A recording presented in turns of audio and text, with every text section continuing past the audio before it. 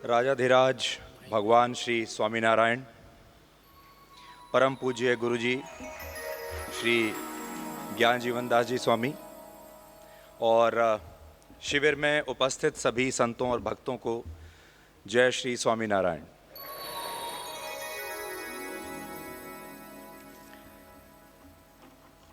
सबसे पहले आपके साथ अपना कुछ अनुभव मैं शेयर करना चाहता हूँ और अनुभव सिर्फ कुछ घंटे का है, क्योंकि मैं पहली बार यहाँ आया हूँ।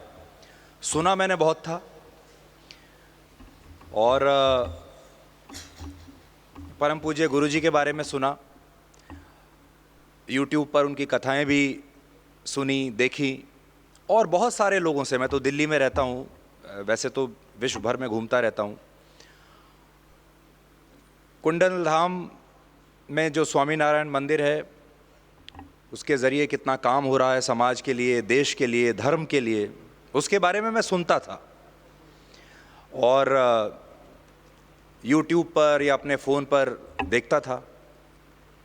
उसके बाद कल यहाँ आया, मैं सुबह 4:30 बजे यहाँ पहुँचा आज। तो पहले तो मैं आपको ये बताता हूँ कि मुझे जब कोविड की सेकेंड पीक थी, जब लोग लगातार मर रहे थे, शमशानों में भी जगह नहीं थी चिताएं जलाने के लिए, उस समय मुझे कोविड का संक्रमण हुआ था और करीब 15 दिन मैं अस्पताल में रहा। तबीयत काफ़ी ख़राब हो गई थी और ख़ुद भी नहीं जानता था कि मैं बचूंगा या नहीं बचूंगा। खैर, उसके बाद भगवान ने एक और जीवन दान दिया और उसके बाद से मेरी सोच बहुत बदल गई और सोच के साथ साथ मेरा शरीर भी बहुत बदला और शरीर में काफ़ी कमज़ोरी आई और उसके जो आफ्टर इफ़ेक्ट्स थे वो अभी तक भी हैं। तो उसके बाद से जो शरीर की स्थिति हुई वो ऐसी थी कि मैं बहुत ज़्यादा कहीं भ्रमण करता नहीं हूँ, कहीं बाहर ज़्यादा जाता नहीं हूँ, जिसमें बहुत ज़्यादा शारीरिक कष्ट हो वहाँ तो बिल्कुल नहीं जाता हूँ, क्योंकि शरीर अभी वो सब प्रेशर ले नहीं पाता। तो यहाँ आने का करीब 1-1.5 साल से ऐसे ही बातचीत चल रही थी स्वामी जी से कि आएंगे आएंगे, और मैं हमेशा ये सोचकर डर जाता था कि अहमदाबाद से 150 किलोमीटर आना होगा।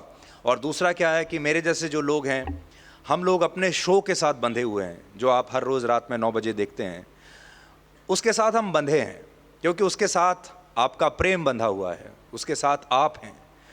आप लोग, देश के करोड़ों लोग 9 बजे इंतज़ार करते हैं। तो एक अजीब सा मेरे ऊपर प्रेशर रहता है कि लोग जब इंतज़ार कर रहे हैं और मैं ना आऊँ तो ये उनके साथ बेईमानी होगी। तो कोशिश ये होती है कि सोमवार से लेकर शुक्रवार तक मैं एक दिन भी मिस ना करूं अपने शो का, क्योंकि वो एक मेरा मौका है 1 घंटे आपसे बात करने का, अपनी बात आप तक पहुंचाने का, देश की बात, धर्म की बात, जो हमारे लिए सही है वो बात पहुंचाने का। तो मैं लगातार टालता जा रहा था कि मंडे से फ्राइडे तक तो मैं आ नहीं सकता और सैटरडे संडे में भी बहुत काम होते हैं या फिर आराम करने का दिल करता है, तो मैं नहीं आ रहा था। काफ़ी कोशिशों के बाद, जैसा कहते हैं कि प्रभु ने आज ही का दिन लिखा होगा, तो आज मैं आया और परम पूज्य गुरुजी ने आज ही का दिन तय किया होगा कि आज मैं यहाँ आऊँगा और उनका आशीर्वाद प्राप्त करूँगा। तो मैं आया और सुबह 4:30 बजे यहाँ पहुँचा। बहुत डर था मेरे मन में कि इतना पीछे 1.5-2 साल से मैंने इतना ट्रैवल कहीं किया नहीं है और आज ही वापस भी चला जाऊँगा। आने के बाद जब मैं कैंपस में आया, एक अजीब तरह की जो सुगंध है, जो महानगरों में आपको कभी नहीं मिलेगी, वो सुगंध मैंने देखी। और जैसे आप कहते हैं ना कि जब मैं कोविड में बीमार था तो लोग कहते थे कि फेफड़ों पर सबसे ज़्यादा कोविड आपके अटैक करता है, और फेफड़े किससे ठीक होते हैं? शुद्ध हवा से। और ऐसा लगा मुझे कि मैं ये 6-8 घंटे में ही मेरे जो फेफड़े हैं, जो संक्रमित हुए होंगे, वो एकदम ठीक हो रहे हैं। सो आज आपके सामने मैं खड़ा हूँ, I am full of energy. ऐसा लग ही नहीं रहा है कि मैं रात भर चल के आया हूँ। कल रात को मैंने अपना शो किया 9 से 10 बजे। अपना शो ख़त्म करने के बाद सीधे मैं एयरपोर्ट गया। एयरपोर्ट में 12:15 बजे की फ़्लाइट थी, 1:30 बजे लैंड किया और 1:30 बजे के बाद फिर यहाँ ट्रैवल करके 4:30 बजे पहुँचा। एक पूरा राउंड लिया आश्रम का और पहली बार ऐसे लोगों से मैं मिला जो मुझे मेरी कल्पना के परे था कि ऐसे लोग भी हो सकते हैं। चेहरे पर इतनी शांति, इतना संतोष, और सबसे बड़ी बात, चेहरे पर मुस्कुराहट। किसी का स्वागत करने योग्य आपका चेहरा है, जिसको कि हम लोग महानगरों में इतने दूषित वातावरण में देखने के लिए तरस गए हैं। सुबह कुछ लोगों से, मेरे भाइयों से भेंट हुई, जो मुझे सुबह सुबह मेरे उठते ही मिले। मैं उनसे पूछ रहा था, आप क्या करते हैं? कोई हीरों का व्यापारी है, कोई अमेरिका से कोई साइंटिस्ट है, वो आया हुआ है, और वो सब मेरी सेवा कर रहे हैं। और उनके चेहरे पर मैं देख के ही समझ पा रहा हूँ कि ये इस दुनिया के नहीं है। जिस दुनिया से मैं आता हूँ उस दुनिया के नहीं है। और आज भी जब मैं आपके बीच में यहाँ बैठा हूँ और आप सब मेरे सामने समक्ष हैं, एक एक चेहरे को अगर मैं देखूँ तो आप सब लोग अलग दिखते हैं मुझे। मैं बाहर की दुनिया से अपने आप को मानता हूँ, क्योंकि मैं आप लोगों के बीच में भी बैठने के भी काबिल नहीं हूँ। मैं वहाँ सामने किसी भी स्थान पर बैठने के काबिल नहीं हूँ, क्योंकि मैं एक बहुत ही प्रदूषित वातावरण से आता हूँ। दिन भर प्रदूषण में रहता हूँ, दिन भर छल कपट, राजनीति, षड्यंत्र, यही तो है हमारे जीवन में। और परम पूज्य गुरुजी के बारे में जब पता चला तो जो चीज़ मैंने पाई, प्रसिद्धि और पैसे से दूर रहते हैं। ये वो दो, इसको अंग्रेजी में कहते हैं ट्रैप्स। प्रसिद्धि, ऐसा कौन व्यक्ति है जिसे प्रसिद्धि बुरी लगे, या ऐसा कौन व्यक्ति है जिसे पैसे की चाहत ना हो? और अगर ये दो चाहतों पर आपने काबू पा लिया तो आप देखिए, जहाँ परम पूजनीय गुरुजी हैं, फिर आप उस स्थान पर पहुंच जाएंगे। अब मेरे केस में मैंने प्रसिद्धि बहुत पाई, और मुझे प्रसिद्धि अच्छी भी लगती है बहुत, आपको दिल से मैं बताता हूँ, ये कमज़ोरी है, क्योंकि हम जिस प्रोफेशन से आते हैं उसमें प्रसिद्धि ज़रूरी है। अगर प्रसिद्धि नहीं होगी तो लोग आपकी बात नहीं सुनेंगे, बात नहीं सुनेंगे तो जो बदलाव आप समाज में करना चाहते हैं वो नहीं कर पाएंगे। लेकिन प्रसिद्धि आपकी कमज़ोरी नहीं बननी चाहिए। और ये बात मुझे कोविड ने, जो मैं 15 दिन अस्पताल में रहा, ये उसने मुझे, उन 15 दिनों ने मुझे सिखाया कि प्रसिद्धि के पीछे नहीं भागना है। और ये जिसको हम पावर समझते हैं, जिसको हम सोचते हैं, जिसको हम सफलता समझते हैं, वो असल में कुछ भी नहीं है। और उसी दिन से मेरे अंदर जो एक ट्रांसफॉर्मेशन था वो शुरू हुआ।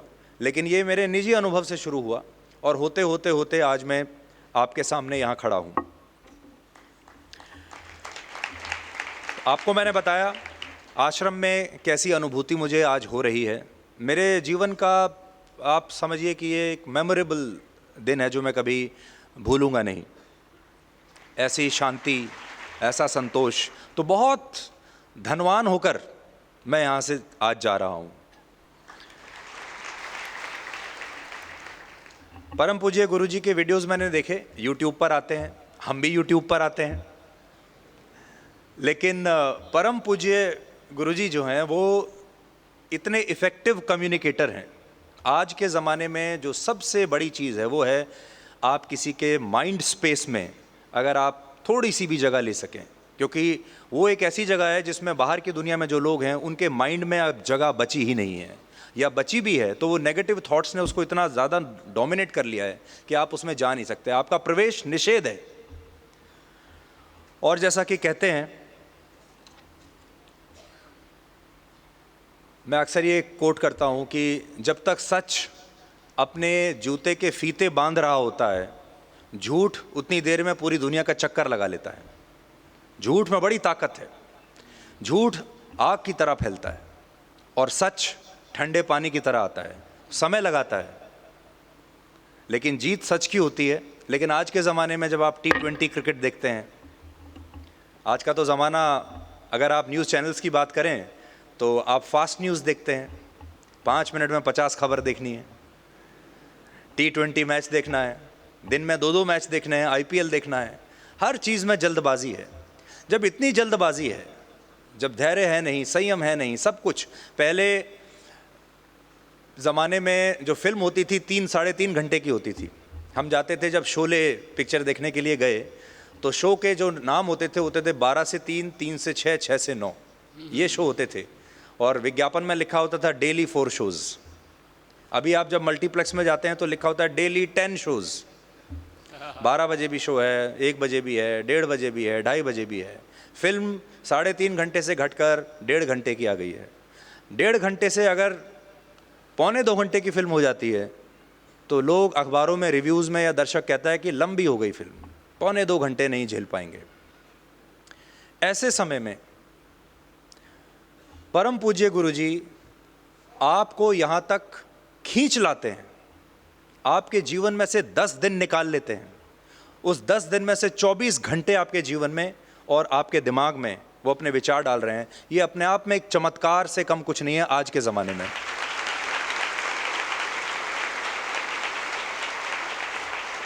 आप हमसे पूछिए, हम इतनी रिसर्च करते हैं टीवी पर, क्योंकि हमारा पेशा है कि कैसे ज़्यादा से ज़्यादा लोगों को अपने चैनल पर बैठा के रखें, खींच के रखें। उसके लिए बड़ी बड़ी रिसर्च होती है, दुनिया भर की बड़ी बड़ी कंपनियां हैं। वो हमें क्या बताती हैं कि अटेंशन स्पैन जो है एक औसत दर्शक का, वो लगातार कम हो रहा है। पहले कुछ मिनट था, फिर 1 मिनट हुआ, आजकल बताते हैं 20 से 25 सेकंड अटेंशन स्पैन है एक दर्शक का। उसके हाथ में रिमोट है, और अगर उस 20-25 सेकंड में आपने उसके विचारों को नहीं पकड़ा, उसकी पसंद को नहीं पकड़ा, तो वो 20 सेकंड में रिमोट से दूसरा चैनल बदल देगा, और आप जितनी भी तैयारी के साथ आए हैं वो आपकी तैयारी धरी की धरी रह जाएगी। इसलिए मैं आपको बता रहा हूँ कि जो ये प्रयास यहाँ इस कुंडलधाम आश्रम में मैंने देखा होते हुए, उसमें जो हमारे संत हैं, परम पूज्य गुरु जी हैं, वो तो बधाई के पात्र हैं ही, उन्होंने इतना बड़ा प्रयास किया। लेकिन आप लोग जो इतने संयम के साथ यहाँ बैठे हैं, आपको भी मैं बहुत बहुत बधाई देना चाहता हूँ। यू आर डिफरेंट, आप अलग हैं। अभी करवा चौथ का जिस दिन त्यौहार था, उस दिन मैंने अपना शो किया, तो मैंने देश की सब महिलाओं से कहा कि आज आपने व्रत किया होगा, और व्रत के बाद इस समय जब मैं शो कर रहा था 9 बजे, तो महिलाएं उस समय अपना व्रत खोल रही थीं। तो मैंने उनसे कहा कि आप ये व्रत करती हैं अपने पति के लिए, अपने परिवार की खुशी के लिए, शांति के लिए, लेकिन आप जानते हैं कि इस व्रत से भी ज़्यादा अगर आप अपने फ़ोन्स का व्रत कर लें, अगर आप एक डिजिटल व्रत कर लें हफ्ते में 1 दिन, तो आपका पति भी बहुत खुश रहेगा, आपके बच्चे, आपके परिवार सब बहुत खुश रहेंगे।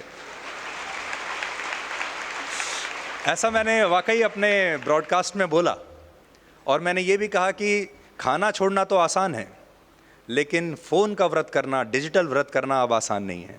और देखिए आपने वो भी कर दिखाया, ये सबसे बड़ा चमत्कार है, क्योंकि फ़ोन एक एडिक्शन है आज। तो मैं अक्सर ये बात कहता हूँ कि एक ज़माना था जब लोग कहते थे कि भाई बस खाना दे दीजिए, आटा दे दीजिए।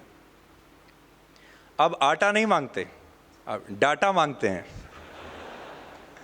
तो अभी मोदी जी 80 करोड़ लोगों को मुफ्त में राशन दे रहे हैं, यानी आटा दे रहे हैं। अब आप देखिए कुछ वर्षों के बाद यही लोग कहने लगेंगे कि हमें आटा नहीं चाहिए, डाटा दे दीजिए, महीने का 5 GB डाटा दे दीजिए, घर बैठे हम उसी में खुश हैं, खाने की हमें भूख ही नहीं है। तो परम पूज्य गुरुजी के साथ पहला मेरा अनुभव था, पहली बार गुरुजी को मैंने स्पर्श किया, और गुरुजी ने मुझे स्पर्श किया, ये हार पहनाया। सबसे अच्छी बात देखिए, इसमें तिरंगा है, और ये तिरंगा हमारे दिल में बसता है, और ये तिरंगा हमें जोड़ता है एक दूसरे से। धर्म तो जोड़ता ही है, और मैंने जो महसूस किया, गुरुजी ने जब स्पर्श किया, इतना प्यार, इतना स्नेह। एक बार उन्होंने ऐसे जब करके ये किया, तो उसी से ऐसा लगा जैसे कितनी ज़बरदस्त शरीर में हीलिंग हो गई। तो परम पूज्य गुरुजी, बहुत बहुत मैं आज कहना चाहता हूँ आपको इतने सारे लोगों के सामने की एक अलग अनुभूति है। और मैं यहाँ ये कोई लिख कर नहीं लाया था, सब कुछ जो मैं आपको बता रहा हूँ ये मैंने मंच पर पिछले 5 मिनट में लिखा है। लिखा भी इसलिए क्योंकि जब से कोविड हुआ तो एक ब्रेन फॉगिंग होती है, विचार आते हैं और कुछ ही मिनटों में चले जाते हैं। तो जिससे पहले कि वो विचार चला जाए मैं लिख लेता हूँ कागज़ पर। ये सब कुछ मैंने यहाँ अपने 5-7 मिनट में जब मैं मंच पर था, ये मैंने तब अपना अनुभव यहाँ पर लिखा। और ये जिसको कहते हैं कि आपके दिमाग में जो पहला विचार आता है, जो पहला थॉट आता है, वो सच होता है, वो ऑर्गेनिक होता है, वो जैविक होता है। जैसे आप जैविक खेती करते हैं वैसा होता है वो, उसमें कोई मिलावट नहीं होती।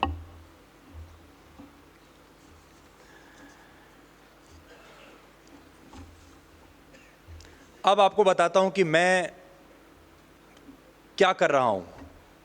आप जानते हैं मैंने वर्षों तक एक शो किया डीएनए, और उसके बाद अभी मैंने एक संस्था बदलकर दूसरी संस्था में आया, दूसरे चैनल पर आया, और अब मैंने एक शो किया ब्लैक एंड वाइट। डीएनए जो नाम रखा था बहुत सोच समझ कर रखा था कि खबर तो आप तक पहुंच जाती है, जानकारी आप तक पहुंच जाती है, लेकिन उस जानकारी को अगर सूक्ष्म तरीके से उसका विश्लेषण आप तक नहीं पहुंचता। तो जैसे हमारे यहाँ कहते हैं कि डीएनए टेस्ट अगर किसी का हो जाए तो सच और झूठ सब पता चल जाता है, इसलिए उसका नाम डीएनए रखा था। वो नाम अलग था, यूनिक था, बाकी सब चैनल में जो शोज़ आते थे उससे अलग था, और उस नाम को मैंने चरितार्थ करने की कोशिश की उस अपने विश्लेषण के ज़रिए। अब वो जगह छूट गई, वो नाम भी छूट गया, अब क्या रखें। बहुत सोचा, बहुत विचारा, लोगों के पास भी गया, फिर जो नाम दिमाग में आया वो आया ब्लैक एंड वाइट, क्योंकि हमारे जीवन में भी हमें ब्लैक एंड वाइट में ही तस्वीरों को, किसी भी स्थिति को, किसी भी जानकारी को ब्लैक एंड वाइट में देखना चाहिए, और हम वो देख नहीं सकते। और वो इसलिए क्योंकि जो ग्रे मैटर है, ग्रे हमारे जीवन में बढ़ता जा रहा है, ब्लैक कम होता जा रहा है, वाइट कम होता जा रहा है, और जीवन भी हमारा ग्रे ज़्यादा है और ब्लैक एंड वाइट में कम है। यानी जीवन में स्पष्टता कम होती जा रही है, और जब आप ब्लैक एंड वाइट में देखेंगे तो आपको सब कुछ साफ साफ दिखाई देगा। तो मैं कहता हूँ अपने शो में कि मैं कोशिश करूँगा कि खबरों में आपको हर चीज़ ब्लैक एंड वाइट में दिखे, मेरे बालों के अलावा। बस मेरे बाल ही ग्रे हैं, बाकी सब मैं ब्लैक एंड वाइट में करने की कोशिश करूँगा। तो आजकल स्वाभिमान पर काम कर रहा हूँ, गरीब के स्वाभिमान पर, और एक कैंपेन शुरू किया जिसका नाम है मेरा स्वाभिमान। और वो हमने कैसे देखा कि हमारे देश में असल में अगर जातियों की बात करें आप, तो अब दो ही प्रकार की जाति हैं, एक गरीब और एक अमीर, बाकी सब छोड़ दीजिए। दो वर्गों में पूरा देश बटा हुआ है, और अमीर उसको माना जाता है जिसके पास धन है, और गरीब उसको माना जाता है जिसके पास धन नहीं है। इसमें ईमानदारी, परिश्रम, नैतिकता, इसकी कोई जगह नहीं है। अगर आपके पास धन नहीं है, नैतिकता है, परिश्रम है, ईमानदारी है, निष्ठा है, लेकिन पैसा नहीं है, तो आपको गरीबों की जाति में डाल दिया जाएगा। और अगर आपके पास धन है, बिना परिश्रम का धन है, बिना निष्ठा का धन है, बेईमानी का धन है, कैसा भी धन है, तो आपको अमीरों की श्रेणी में डाल दिया जाएगा। और अमीरों ने ये सोच लिया है, अपने आप उन्होंने ये अधिकार ले लिया है कि वो किसी भी गरीब की, यानी ऐसे व्यक्ति की जिसके पास धन नहीं है, उसका अपमान कर सकते हैं, उसे कुछ भी किसी भी नाम से कहकर पुकार सकते हैं। उनके हाथ में है कि वो उसको पैसा दें या ना दें, उसके परिश्रम का जो उसे मेहनताना मिलना चाहिए, ये अमीर के हाथ में है। वो तय करेगा कि आपको कितना मिलेगा, कितना नहीं मिलेगा, वो आपसे खुश है या वो खुश नहीं है। ये जो डिस्पैरिटी है, इसको मैं बदलना चाहता हूँ, लेकिन आप लोगों के बीच जब मैं देखता हूँ वो डिस्पैरिटी यहाँ ख़त्म हो चुकी है। तो जो ब्यूटी जो मैंने देखी वो ये देखी कि आपका नेटवर्थ क्या है, आपका बैंक बैलेंस क्या है, वो आप इस आश्रम के बाहर छोड़कर आते हैं। और यहाँ मैंने देखा आपके नेटवर्थ के आधार पर महत्व नहीं मिल रहा। आप इंसान कैसे हैं, आपकी नैतिकता क्या है, आपकी निष्ठा क्या है, इंसान के रूप में आप कितने सशक्त हैं, उसके आधार पर आपको यहाँ महत्व मिल रहा है। ये एक छोटा इकोसिस्टम है, कुछ लाख कुछ करोड़ लोगों का। अगर ये इकोसिस्टम पूरे देश में हम फैला दें, 140 करोड़ लोगों के बीच में भी यही भाव हम पैदा कर दें कि अमीर अमीर नहीं है, अमीर सिर्फ पैसे वाला है, और पैसे वाले वो गरीब हैं जिनके पास पैसे के अलावा कुछ नहीं है। मैं उनको हमेशा ये कहता हूँ कि इस आदमी के पास पैसे के अलावा और क्या है, बेचारा बहुत गरीब है। वो मैंने एक इक्वलिटी जो है वो यहाँ इस आश्रम में मैंने देखी, जो कि मेरी जो प्रयास हैं उसके साथ बहुत मेल खाती है, बहुत मैच करती है। मीडिया में भी हम देखते हैं कि हमें किस चीज़ से आंका जाता है। जैसे बाहर जब आप जाते हैं तो लोगों को धन से आंकते हैं, आपके पास कितना बड़ा मकान है, कितना बड़ा दफ्तर है, कितनी बड़ी गाड़ी है, आपने कितने महंगे कपड़े पहने हैं, इससे आपको आंका जाता है और कहा जाता है कि ये बड़ा आदमी है। आप छोटे मकान में रहते हैं, आपके पास पैसा नहीं है, आपको कहा जाता है छोटा आदमी है। मीडिया में भी यही है। मीडिया में मीडिया जगत को, पत्रकारों को नापा जाता है टीआरपी से। टीआरपी हमारा धन है और उस धन को कैसे भी अर्जित किया जा सकता है। धोखे से अर्जित किया जा सकता है, पैसे से ख़रीदा जा सकता है, उसे अपराध, छल कपट, जिन सारे तरीक़ों से आप पैसा कमा सकते हैं, मीडिया में उन सारे तरीक़ों का इस्तेमाल करके आप टीआरपी भी पा सकते हैं। और ये जो इकोसिस्टम है ये विज्ञापन पर चलता है। जितनी ज़्यादा टीआरपी उतना ज़्यादा विज्ञापन, जितना ज़्यादा विज्ञापन उतना ज़्यादा धन, जितना ज़्यादा धन उतनी बड़ी संस्था, जितनी बड़ी संस्था उतने बड़े बड़े लोग वहाँ आएंगे, उतनी बड़ी बड़ी तनख्वाहें होंगी और सब पैसे के आसपास घूमता रहेगा। और फिर एक समय ऐसा आता है जब पूरा मीडिया सिर्फ पैसे के लिए काम करने लगता है और उन्हें समाज में ट्रांसफॉर्मेशन, समाज में जानकारी, इससे कोई ख़ास लेना देना रहता नहीं है।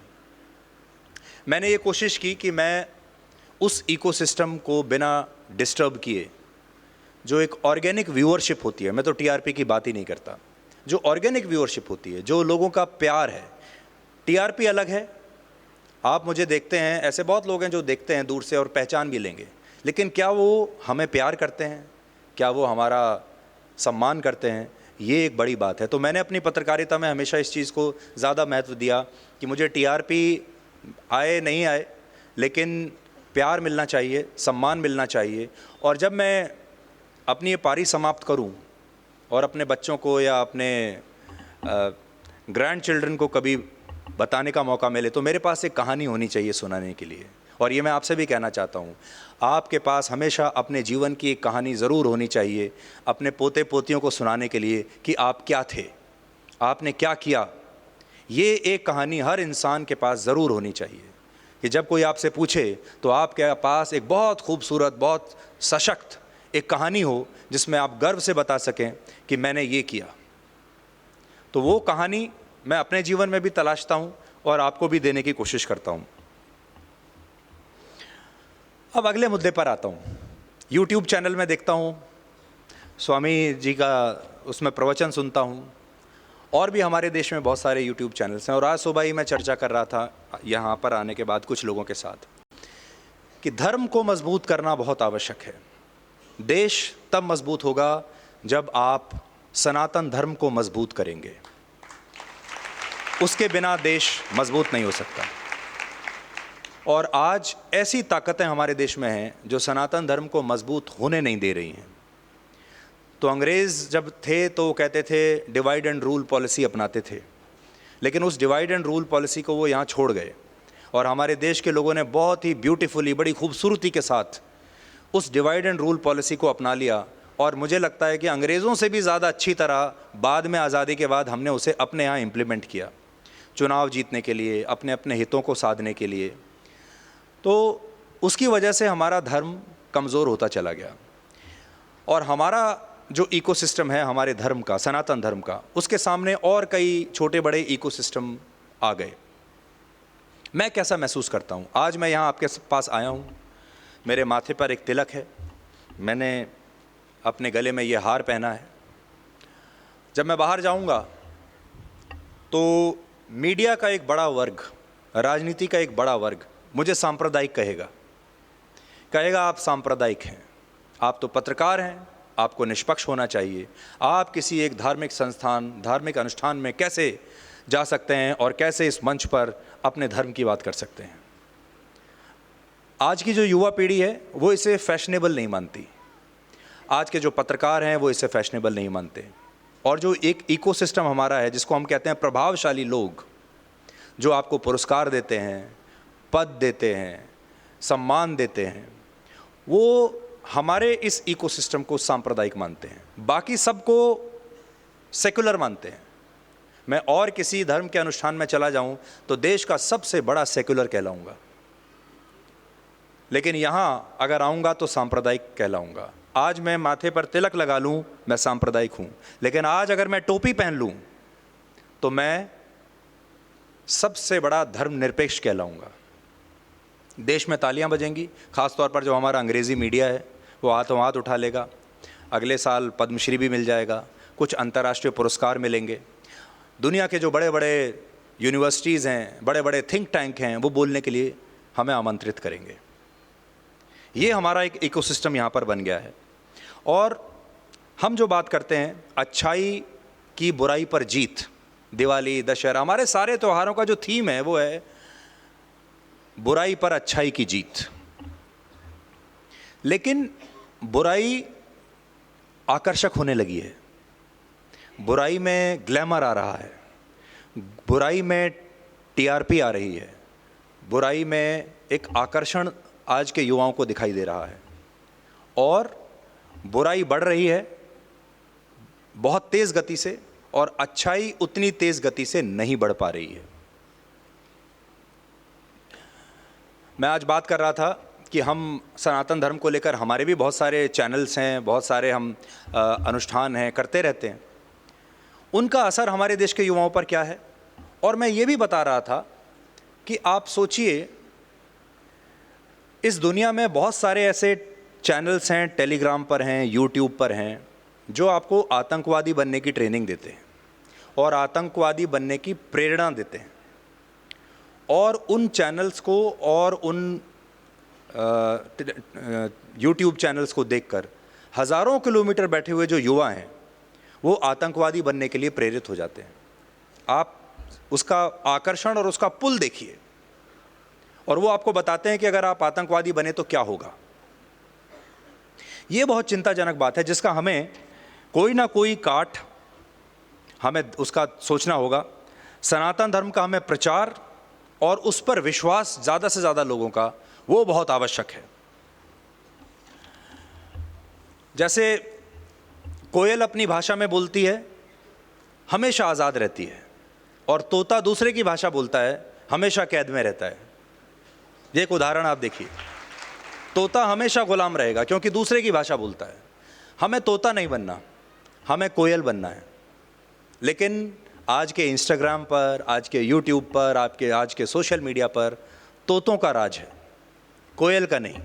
जबकि सबसे मीठा बोल कोयल का है, सबसे मौलिक जो बोल है वो कोयल का है। इस पर हमें काम करना है। और हमारे देश की जो स्थिति है वो ऐसी है कि हम चट्टानों से नहीं डरते, पर्वतों से नहीं डरते, लेकिन हमारे जूते में एक छोटा सा कंकड़ पड़ा हुआ है। वो कंकड़ हमारे जूते का हमें भागने नहीं दे रहा, उस पर्वत पर चढ़ने नहीं दे रहा। छोटा सा कंकड़ है, उस कंकड़ को हटाने की आवश्यकता है। और वो तभी हटेगा जब हम एक पूरा पोस्टमार्टम करेंगे, जूते का फीता खोलेंगे, फीते को खोलकर जूते को वापस बाहर निकालेंगे, जूते को झाड़ेंगे, सब कुछ दोबारा से चेक करके फिर वापस जूता पहनेंगे, तब वो निकलेगा। सॉफ्ट पावर आपने देखा होगा, इसी से रिलेटेड है ये विषय।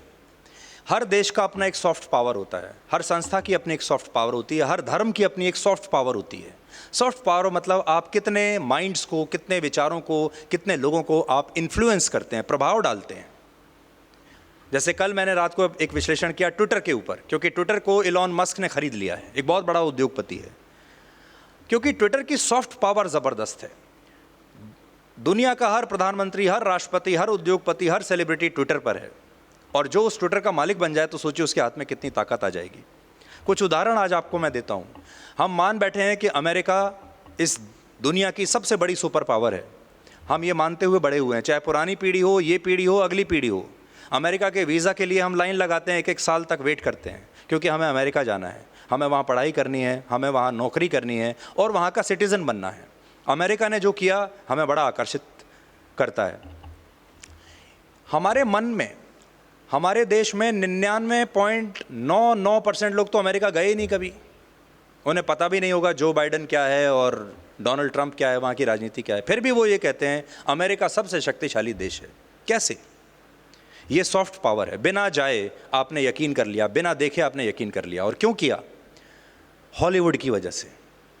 आज दुनिया का हर युवा, चाहे वो चीन में बैठा हो, भारत में बैठा हो, दक्षिण एशिया के किसी देश में बैठा हो, यूरोप में बैठा हो, हॉलीवुड की फिल्म देखता है।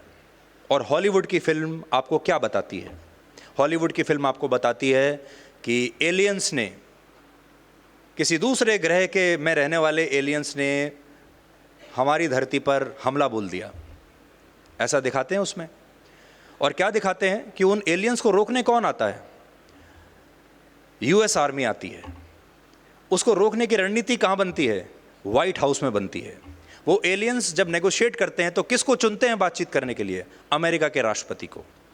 फिर लड़ाई होती है। उस लड़ाई में आप क्या देखते हैं? उसमें देखते हैं यूएस एयरफोर्स के शानदार फाइटर जेट्स जा रहे हैं, उनकी मिसाइल्स छोड़ी जा रही हैं, उनके एक से एक हथियार आपको देखने को मिलते हैं, उनके वॉरशिप्स देखने को मिलते हैं, और शानदार हथियारों से लैस खूबसूरत यूनिफॉर्म्स में उनके सोल्जर्स आपको दिखते हैं। और आपको लगता है कि आपका मन करता है मैं अभी यूएस आर्मी में भर्ती हो जाऊं। इतना इतना ग्लैमराइज करके दिखाते हैं। उनकी जो रणनीति है वो कैसे बदलती है? जब उनका रशिया के साथ स्पेस युद्ध चल रहा था, स्पेस में जाने की जो दौड़ थी, चांद पर पहुंचने की जो दौड़ थी, तब उन्होंने हॉलीवुड में स्पेस को लेकर एक के बाद एक फिल्में बनाई। आपने देखा होगा हॉलीवुड की कितनी फिल्में स्पेस को लेकर हैं, रॉकेट, सैटेलाइट्स, इस सब को लेकर हैं, चंद्रमा पर कोई एक्सपेडिशन जा रहा है उसको लेकर हैं। उसके ज़रिए उन्होंने अपनी जो एजेंसी है नासा, उसको आपके घर घर तक पहुंचा दिया। आज अगर आपका बच्चा, उसे इसरो में जाने का आमंत्रण मिलता है तो शायद ही किसी को बताएगा कि मैं इसरो जा रहा हूँ। लेकिन अगर उसे नासा जाने का एक निमंत्रण मिल जाए तो अखबार में छपता है कि गांधीनगर के एक बच्चे को नासा में जाने का निमंत्रण मिला है। और ये कितनी बड़ी उपलब्धि है, क्योंकि हम नासा को बहुत बड़ा मान चुके हैं फिल्में देख देख कर। जब अमेरिका की सेना अफ़गानिस्तान में थी, उन 20 सालों में सैकड़ों फिल्में हॉलीवुड ने बनाई अफ़गानिस्तान के ऊपर, कि कैसे अमेरिका की जो सेना है वो अफ़गानिस्तान में काम कर रही है, आतंकवादियों को मार रही है। जब वो इराक में थे तो इराक में जो कॉन्फ्लिक्ट चल रहा था उस पर फिल्में बनती थी। और जब कुछ नहीं चल रहा था तो उन्होंने सुपर हीरोज़ को लेकर फिल्में बनाई, सुपरमैन क्रिएट किया, आयरन मैन क्रिएट किया, जो आज हमारे बच्चे जो हैं उन सुपरमैन को उनको देखते हैं, स्पाइडरमैन क्रिएट किया। आज हमारे नहीं, पूरी दुनिया के युवा उनको देखते हैं। और उन सब में आपको कहीं ना कहीं ये बताया जाता है कि अमेरिका सर्वश्रेष्ठ देश है, उसके सुपर हीरोज़ वो पूरी दुनिया को बचाने का उन्होंने ठेका लेकर रखा हुआ है। ये हॉलीवुड की सॉफ्ट पावर है। दूसरी सॉफ्ट पावर देखिए, आज हमारे देश का बच्चा हार्वर्ड में पढ़ना चाहता है, ऑक्सफोर्ड में पढ़ना चाहता है, स्टैनफोर्ड में पढ़ना चाहता है, और जब किसी का सीवी दिखाया जाता है तो कहते थे कि देखिए ये ऑक्सफोर्ड से पढ़ा है, हार्वर्ड से पढ़ा है। मैं अपने ही शो के लिए रिसर्च कर रहा था और उसमें मुझे ये पता चला कि at any given point of time दुनिया के कम से कम 108 राष्ट्राध्यक्ष किसी भी समय या तो अमेरिका में पढ़ाई करने वाले हैं, कर चुके, जिन्होंने अमेरिका में पढ़ाई की है वो हैं, या जिन्होंने यूके में पढ़ाई की है वो हैं। तो आप सोचिए, अगर पूरी दुनिया के आधे देश ऐसे लोगों द्वारा शासित हैं जो अमेरिका में पढ़े हैं या फिर यूनाइटेड किंगडम में पढ़े हैं, तो कितनी बड़ी सॉफ्ट पावर और कितने बड़े विचारों को वो लोग वहाँ से ले जाकर अपने देश पर इम्प्लीमेंट करते हैं। और इसीलिए आपने देखा होगा कि हमारे जैसे देश में भी, दूसरे देशों में भी एक वाइट सुप्रीमेसी है। हम पश्चिम को फॉलो करना चाहते हैं क्योंकि हमारा जो नेता है वो भी पश्चिम में पढ़ा हुआ है। तो आप क्या करेंगे? नासा का मैंने आपको बता दिया। हमारी जो सॉफ्ट पावर है, अभी तक हम क्या बना पाए हैं? हम बॉलीवुड को अपनी सॉफ्ट पावर बना पाए हैं। लेकिन क्या बॉलीवुड ने भारत के लिए कुछ किया है? क्या हमारी संस्कृति के लिए कुछ किया है? हमारी ताकत के लिए कुछ किया है? जवाब है बिल्कुल नहीं किया। बॉलीवुड ने पूरी दुनिया को क्या बताया? हम एक नाचने गाने वाले देश हैं।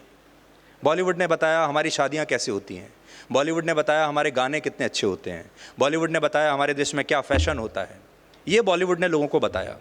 तो आज जब आप किसी देश में जाएंगे और एक टैक्सी ड्राइवर आपको मिलेगा, वो हो सकता है नरेंद्र मोदी का नाम ना जानता हो, अमित शाह का नाम ना जानता हो, इसरो का नाम ना जानता हो, IIM अहमदाबाद का नाम ना जानता हो, IIT का नाम ना जानता हो, लेकिन वो शाहरुख खान का नाम जानता होगा, वो सलमान खान का नाम जानता होगा और उनकी किसी फिल्म का गाना भी आपके लिए गुनगुना देगा। और वो कहेगा कि मैं भारत को इन लोगों के ज़रिए, इन लोगों के थ्रू जानता हूँ, जिसमें हमारा कोई ऐसा लाभ नहीं। आयुर्वेदा, अब धीरे धीरे हमने उसको अपना सॉफ्ट पावर बनाया है। योगा को हमने अपना सॉफ्ट पावर बनाना शुरू किया है पिछले कुछ वर्षों से। और हमारी जो स्पिरिचुअलिटी है, हमारा तो जो भूमि है वो स्पिरिचुअलिटी की भूमि है, उसे अब हमने अपना सॉफ्ट पावर बनाना शुरू किया है। लेकिन इस पर अभी बहुत काम करने की आवश्यकता है। और आखिरी पॉइंट मेरा ये है जिसमें मैं आपके सामने एक मैनेजमेंट की थ्योरी रखना चाहता हूँ, आप चाहें तो अपने जीवन में उसको फॉलो कर सकते हैं। उसको हम बोलते हैं ऑर्बिट शिफ्ट। ऑर्बिट शिफ्ट का मतलब ये है कि हर देश की अपनी एक ग्रेविटी होती है, यानी उस देश में उसका जो वे ऑफ लाइफ है, वे ऑफ सिस्टम है, वो एक ग्रेविटी, गुरुत्वाकर्षण की तरह उसको नीचे खींचता है। फिर देश के बाद समाज की अपनी एक ग्रेविटी होती है, गुरुत्वाकर्षण होता है जो उसको नीचे खींचता है। जैसे मान लीजिए हमारे देश में अगर हम कहें तो लड़का लड़की के बीच जो हम भेद करते हैं वो हमारी ग्रेविटी है जो हमें नीचे खींचती है, वो देश की भी है, समाज की भी है। फिर इंडस्ट्री की ग्रेविटी होती है, यानी एक पूरी की पूरी इंडस्ट्री जो है वो एक जैसा सोचती है, सारी चीज़ें एक जैसी दिखती हैं। आपको एग्जांपल बताता हूँ, सारे न्यूज़ चैनल्स, मैं तो न्यूज़ चैनल्स में काम करता हूँ, सारे न्यूज़ चैनल एक जैसे दिखते हैं। आप मानते हैं कि नहीं? एक जैसे दिखते हैं। सुबह से शाम तक एक जैसी ब्रेकिंग न्यूज़, लाल रंग की पट्टी, एक जैसा न्यूज़ बुलेटिन, जो न्यूज़ प्रेजेंटर है उसकी एक जैसी प्रेजेंटेशन, नाम भी लगभग एक जैसे, और डिबेट जो होते हैं हमारे न्यूज़ चैनल्स पर वो भी लगभग एक जैसे ही होते हैं। आपको समझ में नहीं आएगा आप कौन सा चैनल देख रहे हैं। ये इंडस्ट्री की ग्रेविटी होती है जो उसको लगातार नीचे खींचती है। सारी एयरलाइंस एक जैसी दिखती हैं, अखबार एक जैसे दिखते हैं, सारी गाड़ियाँ एक जैसी दिखती हैं। जब सारी गाड़ियाँ एक जैसी दिखती हैं, सब गाड़ियाँ या तो पेट्रोल की हैं या डीजल की हैं, सब गाड़ियाँ 10 से 15 लाख के बीच की हैं, आम गाड़ियाँ जो हम बात कर रहे हैं, सब गाड़ियों में वैसी ही सीटें, वैसे ही फीचर्स, वैसे ही रंग। तो ऐसा कैसे हुआ कि पूरी इंडस्ट्री के लोग एक जैसा ही सोच रहे हैं, उसमें कोई नया नहीं सोच रहा? फिर कोई आता है जो नया सोचता है। नया क्या सोचता है? नया सोचता है क्या मैं इलेक्ट्रिक व्हीकल निकाल सकता हूँ? तो इलेक्ट्रिक व्हीकल आ जाता है जो कि पाथ ब्रेकिंग है।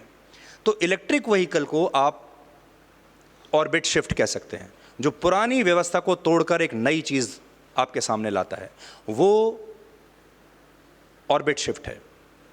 इतनी सारी एयरलाइंस चल रही हैं, लेकिन एक एयरलाइन शुरू में आज से 20 साल पहले आती है जो कहती है कि मैं 1000 रुपये की टिकट, जब लोग 10-10 हज़ार रुपये की टिकट बेचते हैं, एक एयरलाइन कहती है कि मैं लो कॉस्ट है, हम खाना पीना नहीं देंगे आपको, लेकिन आपको 1000 रुपये की टिकट में यहाँ से दिल्ली पहुँचा देंगे।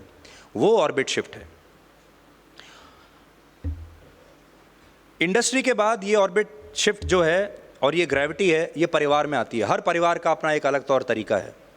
और फिर व्यक्तिगत, हर व्यक्ति का अपना एक अलग तौर तरीका है, उसके अनुशासन या अनुशासनहीनता के अपने अपने तरीके हैं। इस ग्रेविटी को हमें तोड़ने की आवश्यकता है और अपने जीवन में सबसे पहले व्यक्तिगत, फिर परिवार, फिर समाज और फिर देश, उसमें हम एक ऑर्बिट शिफ्ट लाने की कोशिश कर सकते हैं। जैसे इतिहास हमें जो पढ़ाया गया, मैं जब रिसर्च करता हूँ, नेताजी सुभाष चंद्र बोस के बारे में जब पढ़ता हूँ, तो समझ में आता है कि इतिहास की किताबों ने हमें कितना गुमराह किया, क्योंकि उस समय का जो पूरा इकोसिस्टम था वो कुछ खास इतिहासकारों के हाथ में था। अब आप सोचिए कि नेताजी सुभाष चंद्र बोस को कांग्रेस का अध्यक्ष बनाया जाता है 1939 में, कांग्रेस पार्टी का। आप जानते हैं कांग्रेस पार्टी में पहला जो अध्यक्ष पद का चुनाव था वो 1939 में हुआ, 52 वर्षों के बाद उसकी स्थापना के। उससे पहले कभी चुनाव ही नहीं हुआ। 1939 में चुनाव होता है। उस चुनाव में महात्मा गांधी और जवाहरलाल नेहरू नेताजी सुभाष चंद्र बोस के पक्ष में नहीं हैं। वो चाहते हैं पहले कि वो अपना नाम वापस ले लें, और जब नाम वापस नहीं लेते तो वो चाहते हैं कि आप हार जाएं। और उस सब के बावजूद नेताजी सुभाष चंद्र बोस चुनाव जीत जाते हैं और कांग्रेस का अध्यक्ष बन जाते हैं। और फिर ऐसी स्थिति पैदा होती है कि 3 महीने के अंदर उन्हें कांग्रेस के अध्यक्ष पद से इस्तीफा देना पड़ता है। वो इस्तीफा देते हैं, अपनी अलग पार्टी बनाते हैं जिसका नाम है फॉरवर्ड ब्लॉक। आज आपको उसके अंश भी कहीं देखने को नहीं मिलेंगे। और फिर वो सोचते हैं कि मैं अंग्रेज़ों से आज़ादी भीख में नहीं लूँगा, अंग्रेज़ों के साथ गठबंधन करके नहीं लूँगा, मैं तो छीन के लूँगा स्वाभिमान। और फिर वो अपनी अलग सेना बनाते हैं और सिंगापुर में जाके अपनी सरकार बना लेते हैं। और उस सरकार को उस ज़माने में 12 देश बड़े बड़े अपनी मान्यता देते हैं और नेताजी सुभाष चंद्र बोस को अपना प्रधानमंत्री मानते हैं कि ये देश भारत के प्रधानमंत्री हैं। सोवियत संघ ने उनको अपनी मान्यता दे दी, उन्हें जापान ने अपनी मान्यता दे दी, जर्मनी ने दे दी और 12 देशों ने और दे दी। वो अपनी सेना बनाते हैं और आज़ादी के लिए लड़ते हैं। और अंडमान निकोबार में वो आके भारत का तिरंगा भी फहरा देते हैं। तो हमारे, अगर आप सोचें तो भारत के आइडियली पहले प्राइम मिनिस्टर वो हुए, लेकिन हमारे ही देश के लोगों ने और उस व्यवस्था ने उन्हें कभी मान्यता नहीं दी। आज़ाद हिंद फौज को कभी मान्यता नहीं दी, और फिर वो अचानक से एक दिन गायब हो जाते हैं, और फिर यहाँ एक नई व्यवस्था आती है और वो शासन चलाती है, और उसके बाद लगभग 70 वर्षों तक आपको हर पीढ़ी को स्कूल से लेके कॉलेज से लेके आगे तक एक ही प्रकार का इतिहास पढ़ाया जाता है। आज़ादी में के संग्राम में क्या हुआ था, किसका क्या योगदान था, उसमें जो आपको टेक्स्ट बुक में पढ़ा कर दे दिया वो हम मानते हैं, फिर हमारे बच्चे मानते हैं, फिर हमारे बच्चे मानते हैं, और धीरे धीरे धीरे आगे की जो पीढ़ियां हैं वो उसको बेसिक हाइजीन मान लेती हैं, यानी उसको स्वीकृत कर लेती हैं कि यही है, और फिर वो सच बन जाता है। जैसे आज भी हमारे देश में बहुत सारे लोग ये समझते होंगे कि राहुल गांधी और प्रियंका गांधी वाड्रा और सोनिया गांधी महात्मा गांधी के वंशज हैं। आप में से भी बहुत सारे लोग यही समझते होंगे। हमारे देश में बाहर जाता हूँ, कहते हैं हाँ ये तो महात्मा गांधी जी के वंशज हैं, इसीलिए तो इनका नाम गांधी है। लेकिन उनका तो गांधी सरनेम कभी था ही नहीं, तो फिर वो गांधी कैसे बने? और आज देश उन्हें असली गांधी मानता है, और जो महात्मा गांधी के वंशज हैं उन्हें तो शायद आप पहचान भी नहीं पाएंगे आज। तो इसलिए इतिहास धीरे धीरे धीरे धीरे चलते चलते अपने आप रूप बदलता चला जाता है, मिलावट उसमें होती चली जाती है, और फिर 2-3 पीढ़ी के बाद लोग उस मिलावट को स्वीकार कर लेते हैं और फिर उसी मिलावटी मिठाई को खाने लगते हैं। आज आपको मिलावटी दूध पीने में, मिलावटी खाना खाने में, मिलावटी मिठाई खाने में कोई आपत्ति नहीं है, आप सब खा रहे हैं। जब आप बाहर जाएंगे आपको मिलावटी ही मिलेगा, लेकिन कभी आप इसकी शिकायत तक नहीं करते। कभी मिलावट करने पर आपने अपने देश में किसी को बड़ी सज़ा होते देखा है? कभी नहीं देखा होगा, क्योंकि मिलावट अब हमारे लिए मुद्दा ही नहीं है। हमने मिलावट को स्वीकार कर लिया। ये तो खाने की मिलावट है, हमने वैचारिक मिलावट को भी स्वीकार कर लिया है, और अब हम उस पर ना तो परेशान होते हैं, ना आपत्ति करते हैं, ना उसे हटाने के लिए कोई प्रयास करते हैं। इसलिए आज मैं आपका बहुत शुक्रिया, धन्यवाद देना चाहता हूँ कि आपने मुझे इतनी देर तक सुना। और आज से एक नई शुरुआत करते हैं। जब आप बाहर जाएंगे, दोबारा से अपने निजी जीवन में प्रवेश करेंगे, यहाँ से एक नई शुरुआत करते हैं, एक नई विचारधारा खड़ी करते हैं, अपनी एक सॉफ्ट पावर बनाते हैं, अपने आप को इस चीज़ से, इस डर से मुक्त करते हैं कि हमें सांप्रदायिक कह दिया जाएगा, अपने धर्म पर गर्व करने की कोशिश करते हैं और उसका बचाव करने की कोशिश करते हैं। और मैं परम पूजनीय स्वामी जी का और जितने भी संत यहाँ पर मौजूद हैं, हाथ जोड़कर मैं सबका धन्यवाद देना चाहता हूँ। आज इतना अच्छा आपने मुझे एक अनुभूति दी है, इतना मौका दिया है इस मंच पर खड़े रहकर आपसे बात करने का, ये मैं अपने जीवन भर हमेशा याद रखूँगा। आपका बहुत बहुत धन्यवाद।